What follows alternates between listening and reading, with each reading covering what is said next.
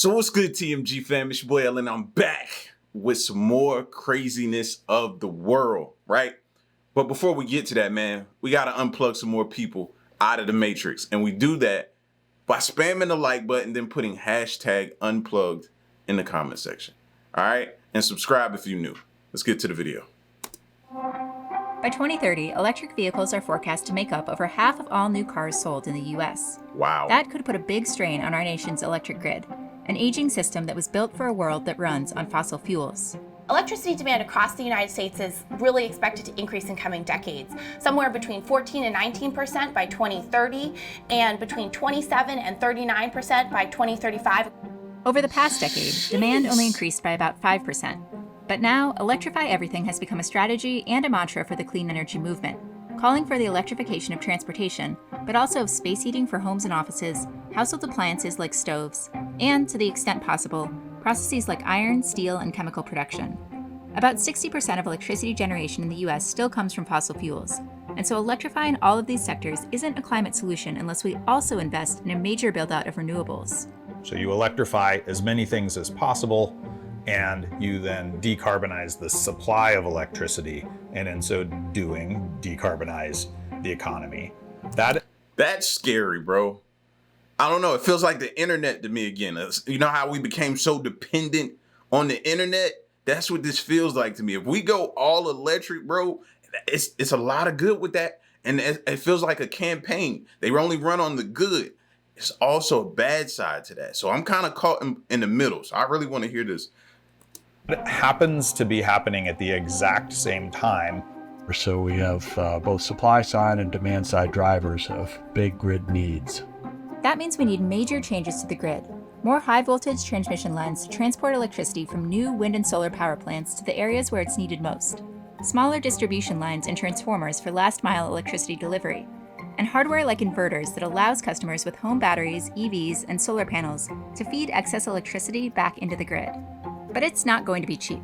In a study commissioned by the California Public Utilities Commission, Shumavan's grid analytics company Kavala forecasts that California alone will have to spend $50 billion by 2035 in distribution grid upgrades to meet its ambitious EV targets. And that's just one state's transportation sector. Other parts of the country and the economy are electrifying quickly too. When you carry this through to the whole country and you think about beneficial electrification, we're probably talking about a number that looks more like $3.5 to $5 trillion. Trillions, I just said. But the US is not on track to spend anywhere near this. And building the high-voltage interstate transmission lines that are key to greening our electric grid is a bureaucratic nightmare, given all the utility and regulatory agencies involved. Permitting can take a decade or more, but our nation's grid needs are at least starting to gain attention. So this is a known problem, but it is also a very hard problem. It's endemic to the way that power has been generated in this country since we started building electric grids.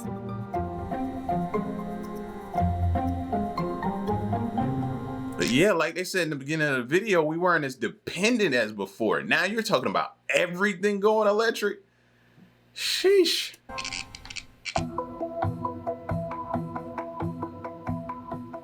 Scrambling to avoid the worst impacts of climate change, the Biden administration has set an ambitious target of creating a 100% carbon-free electric grid by 2035.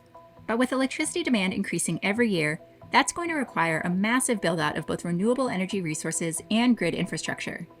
An owner of a new Tesla Model 3 who drives the national average of around 14,000 miles per year would use about the same amount of electricity charging their vehicle at home as they would on their electric water heater over the course of a year, or about 10 times more electricity than they would to power a new energy-efficient refrigerator. Whoa. Larger electric vehicles like the Ford F-150 Lightning would use more electricity than a central AC unit in a large home. And it's not just electric vehicles, but I know y'all just flash to your electric bills for the month and how it fluctuates throughout the year. That's where your mind automatically went, because that's where mine went. It's building, heating, and cooling, and Congress just decided we wanted to manufacture silicon chips in this country. Those use a lot of power. And you're hearing about artificial intelligence everywhere, and that's a lot of churning chips somewhere in a data center. So we got a lot of power demand coming to this country when we really didn't have any for the last 25 years. By 2035, light-duty electric vehicles, a segment which excludes large trucks and airplanes, are projected to comprise about 14.6% of total electricity demand. up from just 0.6% today, according to data from Princeton's Zero Carbon Energy Systems Research and Optimization Laboratory, or Zero Lab. This number represents an optimistic scenario, in which the provisions in Biden's Inflation Reduction Act prove highly effective. In this same scenario, residential electricity use, such as heating, cooling, and lighting, will represent about 34% of electricity demand, while commercial use in places such as offices or data centers will be about 26%, and industrial uses such as iron, steel, and paper production will represent about 20%. But though transportation is projected to use less electricity than these other segments, it's driving the overall increase in demand, especially in the short term. The electricity use of light-duty vehicles is projected to increase 3,400% by 2035.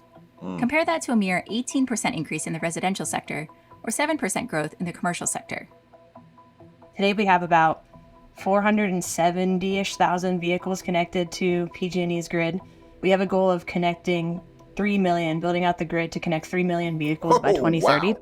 PG&E's service territory in Northern and Central California covers about 1 in 7 electric vehicles in the U.S. How it handles the EV transition could serve as a model for the nation, but it's no easy task. The utility is tied to a 4-year funding cycle for grid infrastructure upgrades, and Krefta says that the currently allocated funding relies on outdated data that didn't anticipate such rapid EV adoption. That has PG&E applying for numerous state and federal grants that could help it meet its electrification targets. I think right now, people have an overly simplistic view of what electrification of transportation means. What I actually would caution is that it's very much a double-edged sword. If done right, it will be phenomenal. If mismanaged, there are going to be a lot of upset people, and that is a real risk. That's a risk for regulators, that's a risk for politicians, and that's a risk for utilities.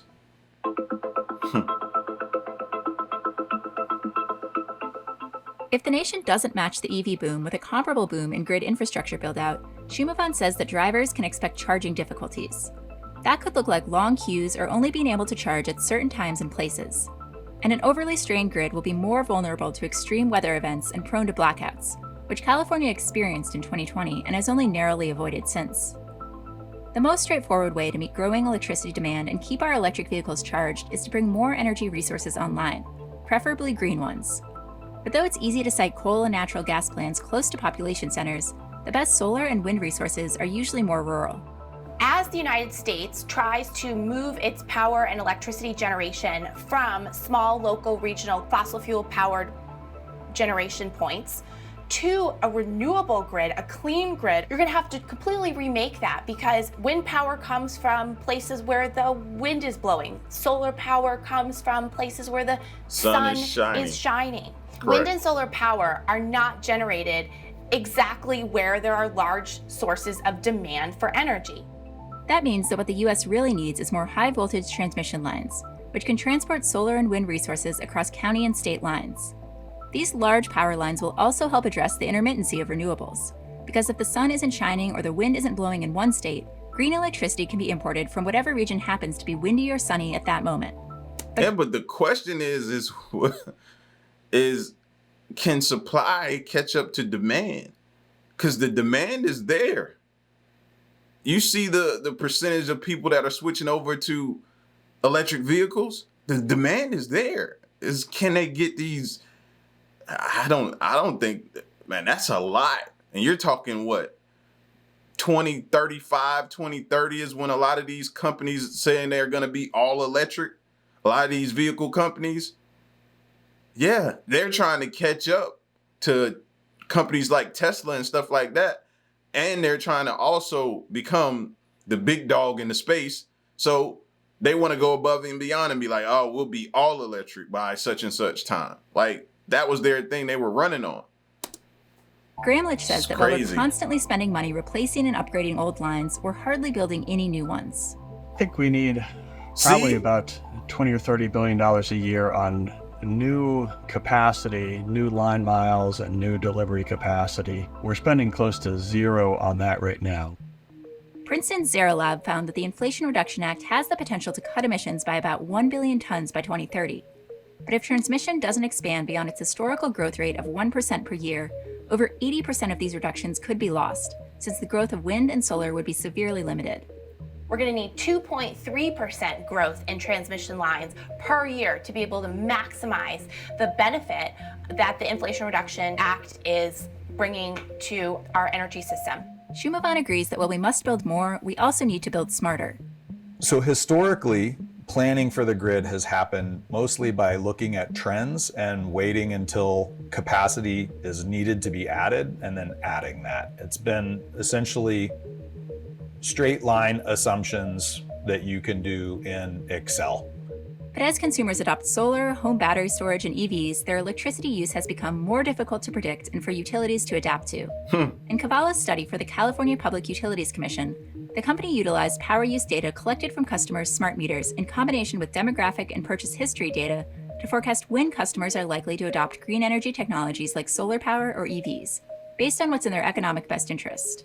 That data can provide utilities and regulators with insight into exactly when and where the grid needs upgrades, helping to get all the stakeholders on the same page so that hopefully permitting for local distribution lines as well as larger transmission lines can be expedited. So certainly we all understand that we'll need new wires or bigger transformers or things along those lines, but the grid is actually managed, it is operated, and the tools that are necessary to operate the grid will need to evolve to be able to support the level of complexity that we were talking about.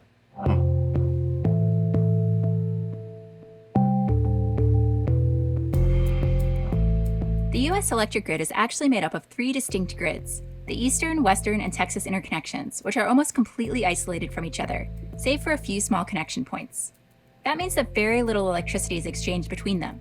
And though there's widespread agreement that a national grid would be better, actually building the large transmission lines that would make this possible is a regulatory headache.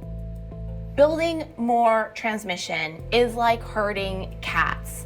If you think about those 3,000 plus sources of power generation spread out all throughout the United States, every single utility, county, stakeholder, regulator that needs to be involved in order to get the approval to put a new line of transmission up, it is pulling teeth. Who's supposed to pay how much and how are we going to decide? And then permitting is another area. All these horror stories you hear about a transmission line that takes 18 years to get permitted. So that answers my question right there. Supply probably will never catch up to demand because you're not slowing down these EV companies. You're not slowing down none of this stuff.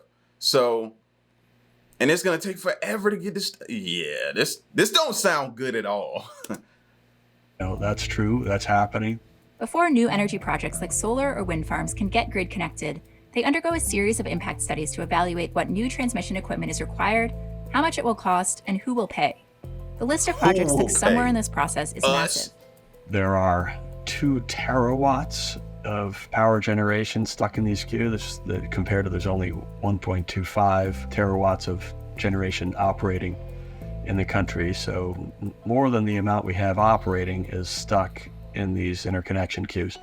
1,350 gigawatts of that potential capacity comes from over 10,000 new energy generation projects, the overwhelming majority of which are solar or wind. The remaining 680 gigawatts are energy storage projects. But in the meantime, distributed energy resources like residential solar and battery systems can help to pick up the slack, as customers can generate their own power, sell excess electricity back to the grid, or store it for later use. Now and that automakers sounds are good. increasingly equipping their EVs with bidirectional charging capabilities, which allows customers to use EV batteries to power homes or provide electricity back to the grid, just as a regular home battery system would. But I like the idea of them saying storing it, being able to generate the electricity we need, the power we need, and then to be able to store what we didn't use for later use in the event of a weather event, whether something goes wrong, you know what I'm saying? Whatever happens, the grid goes down, severe storms knock power out, whatever the case is, we have energy stored. Because before gas power, if you know what I mean, you wasn't solely relied on electricity. You had a gas powered vehicle if the power went out to get you to work. You had a gas powered stove if the electric went out to make sure you still ate. These days, I just think being solely reliant on something could be I don't know. Like I said, I'm still caught in the middle of it, but it's just like the internet. Being solely reliant on the internet has gotten us so, like, we're so reliant on the internet. If it goes down, we don't know what to do. Tesla doesn't currently offer this functionality, but has indicated that it will in the coming years, while other models like the Ford F-150 Lightning and Nissan Leaf already do. We're doing a lot of work right now with different automakers to really kind of understand what it would take to enable that vision of the future. So what does it mean to connect your vehicle to your home? How can you leverage your vehicle to charge whenever there's renewables on the grid and they're clean and low cost, and then discharge back to the grid during the evening hours? Future. Well, it's clear that electrifying the nation's vehicle fleet, as well as the clean energy transition overall, relies on a large investment in grid infrastructure. Experts agree that current funding falls far short. There's a $2.5 billion program called the Transmission Facilitation Program, but there's only $2.5 billion there, and we spent $2.5 billion on transmission in a month and a half. It's like a drop in the bucket. The Inflation Reduction Act also includes $3 billion in funding for transmission line build-out. But though these numbers sound impressive, they're far from the $20 or $30 billion per year that Grammlich says we need for such a massive infrastructure expansion. And even if we did start spending big today, transmission lines take years to build. There's going to be an in-between period where the need is very high, but the transmission can't be built during the time period where the need happens. And distributed energy resources are going to play a very active role in managing that process because no other resources will be available. Wow. I imagine we're going to end up depending on batteries. I would imagine we're going to end up depending on micronuclear reactors. I'm going to imagine that we're really going to focus, and there's going to be a lot of emphasis on energy efficiency and energy timing use. PG&E, for example, is thinking about how to optimize charging times for large electric vehicle fleets. So one thing that we're trying to do is to work with some of these companies that are putting in substantial loads to provide flexible load constraints where we can say, you can only charge 50 EVs at 7 p.m., but at 2 a.m. you can charge all 100, or you can charge 90 of your EVs. Krafta hopes these constraints are temporary, though, and says that as the grid evolves, PG&E is looking to implement dynamic pricing, incentivizing consumers to use more electricity during off-peak hours through lower electricity rates. But ultimately, many believe that what's needed most is a legislative deal on transmission infrastructure build-out. Democrats seem pretty lined up around the need to build out transmission, mainly because of their interests in clean energy growth. Republicans seem to want permitting reform for a wide variety of infrastructure that includes fossil infrastructure. If Democrats and Republicans can agree to expedite permitting for all types of energy infrastructure, fossil and renewable, Grammlich says that's where we might see a deal. West Virginia Senator Joe but what's the likelihood of them agreeing on something? Manchin is spearheading this effort, with a Biden-backed permitting reform bill introduced in May, after similar measures failed last year. The politics will be tricky to navigate, but whether it's this bill or another effort, something has to give, and soon. We need to start yesterday and get this done very soon. We don't have very much time at all if we want to actually meet our decarbonization targets. Former intelligence official David Grush made explosive claims in yesterday's House Oversight Subcommittee hearing about a possible U.S. government cover-up about contact it had with UFOs. But the classified nature of what he knows prevented him from elaborating or providing evidence to back up his allegations. Congressman Jared Moskowitz told reporters that the committee is planning a workaround where Grush can finally reveal what he knows. Let's watch. I'm going to be sending a letter. I'm going to be working with members of the Oversight Committee to get Mr. Grush into a SCIF. You heard a lot of his answers today that are classified information that he provided to the Inspector General. We want to see that. And so I think that's the next step here, is to get that information in a secure facility. Grush may have been limited in what he could say publicly, but he and the other two witnesses, former Navy pilots Ryan Graves and David Fravor, delivered more jaw-dropping allegations. Let's listen. The objects that are being seen by commercial pilots are performing maneuvers that are unexplainable due to our current understanding of our technology and our capabilities as a country. And that applies for the military as well. Mr. Fravor? Yeah, I concur with that. We have nothing that can stop in midair and go the other direction, nor do we have anything that can, like in our situation, come down from space, hang out for 3 hours, and go back up. Thank you. My last question, and sometimes I know that you have also said some of these answers in the past, but we're trying to get them on the public record as well, which is really important. Mr. Grush, finally, do you believe that our government is in possession of UAPs? Absolutely, based on interviewing over 40 witnesses over 4 years. And where? I know the exact locations. Right, and they follow that up by saying, he has all this information, but it's classified and he can't reveal it in that setting. So they're talking about setting up the SCIF, that's the secure room where there are no phones, no cameras, and he could actually provide that information. I mean, that is clearly what needs. I know that needs to happen, but I'm still skeptical of even that. Anywhere they have in these meetings to where the public is shut out and things can be done, palms can be greased, people can be, manipulated and different things, I'm just not a fan of.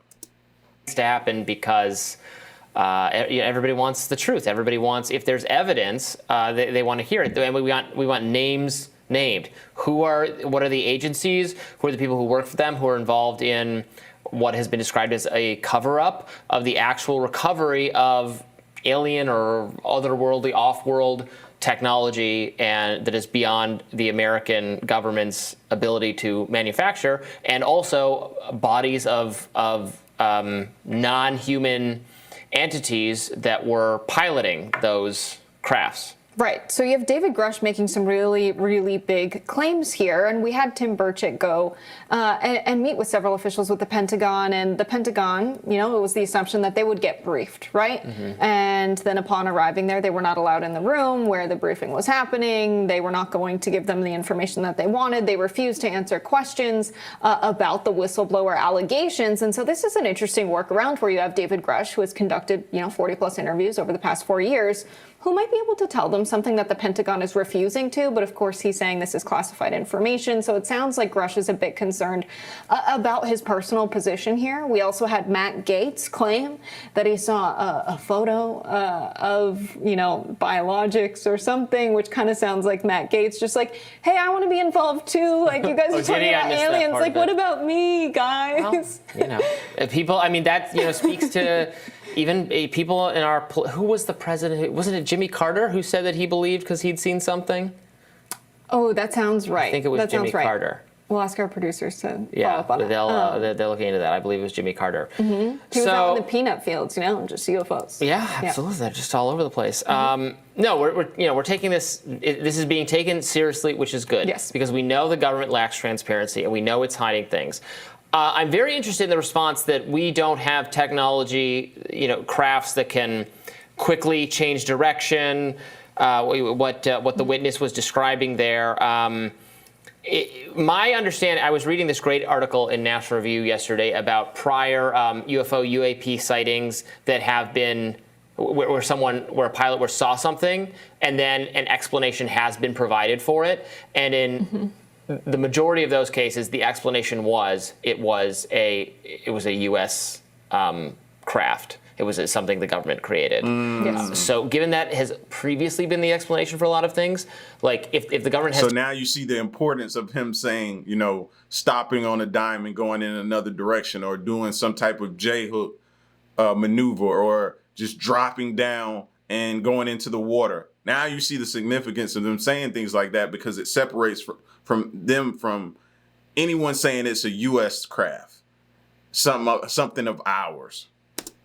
Technology we're not aware of, they wouldn't tell us that's perfectly plausible. Like we're talking about how they were funding all sorts of dangerous research experiments in Wuhan, China, in unsafe lab conditions that they don't want to admit. Like even now that they're being forced to, they don't want to admit it. Yeah. So people need to check and say, well, that's the U.S. government could do that. No, they certainly could have technology and could have designed planes that don't resemble what's publicly available. So I think people need to not, so easily dismiss that explanation and say, no, it must be off-world technology. Right.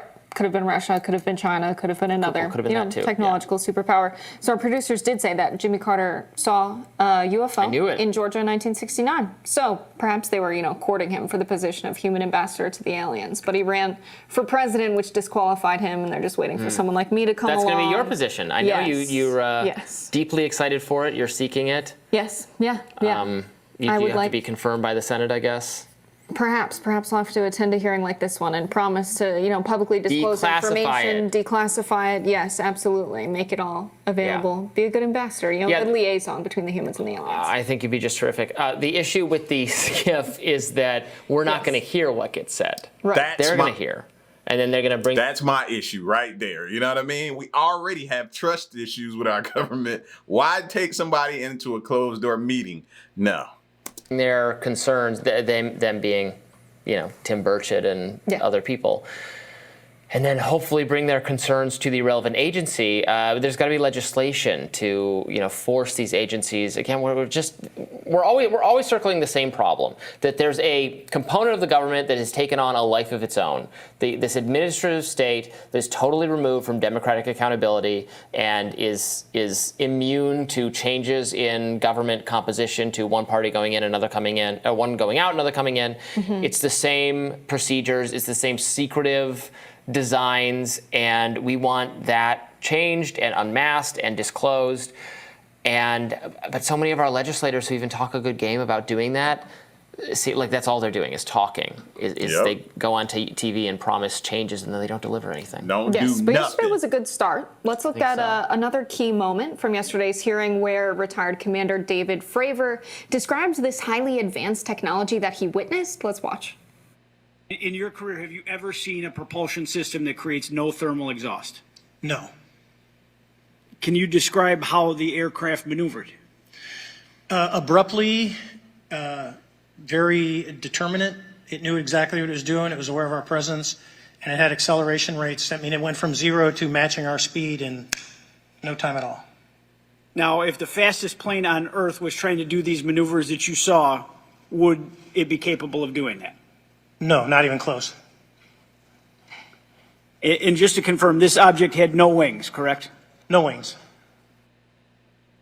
I love this hearing. I love this hearing because they're like, can you describe it? And he's like, it was so fast. And they're like, how fast? And he's like, really this fast. It's pretty clear that, as you pointed out, Robbie, there could be this kind of technology that the U.S. government and military has that not everyone who is, a commander in the military knows about. That's reasonable, but I would like to believe that it is aliens. I'm willing to. I get accused. Our viewers don't like when I sound dismissive of the alien possibility. I am not dismissing it. Mm-hmm. I think it is possible, but it is an extraordinary claim, and extraordinary claims require proof. And then I ask, where's the proof? And then people will say, well, but this person says that he spoke to this person, and this person actually saw something. That's not anything. I want to show me that. I want to see the crafts. I want to see the bodies. I want to see that stuff. Then I will believe. Show me something that is actually persuasive, and I would accept it. Is it reasonable to believe, Robbie, that the aliens just don't want to hang out with us because we don't seem like great guys to hang out with? We don't seem like a cool... Because we're destructive. We destroy everything. Planet. Yeah, we don't seem Story of my life. I don't know, we're nice people. We just shoot guns for fun and kill people and start wars with each other. And they're like, well, you think they're so innocent? I want to interact with these people. What? You think they're so innocent? I don't know. Maybe. I mean, clashes... The closest thing we have, if we were actually being visited by an alien civilization, yes. I just worry it will go the way clashes of civilization on Earth went, which was usually with violence, severe disease and violence. Oh yeah, interesting. The disease part is what I really worry about. Are the aliens sterile? Are they, clean? Sterile? Is the spaceship clean? Do they have? I mean, we can't even. We don't know how they'll physical form. Here's the crossover you need, Robbie. Is this the real COVID origin story? I don't know. It came from an alien spacecraft, a UAP. They recovered biologics, and it was COVID. Yes, I'm sure the proximal origins people, the Eco Health Alliance would love if that was the explanation.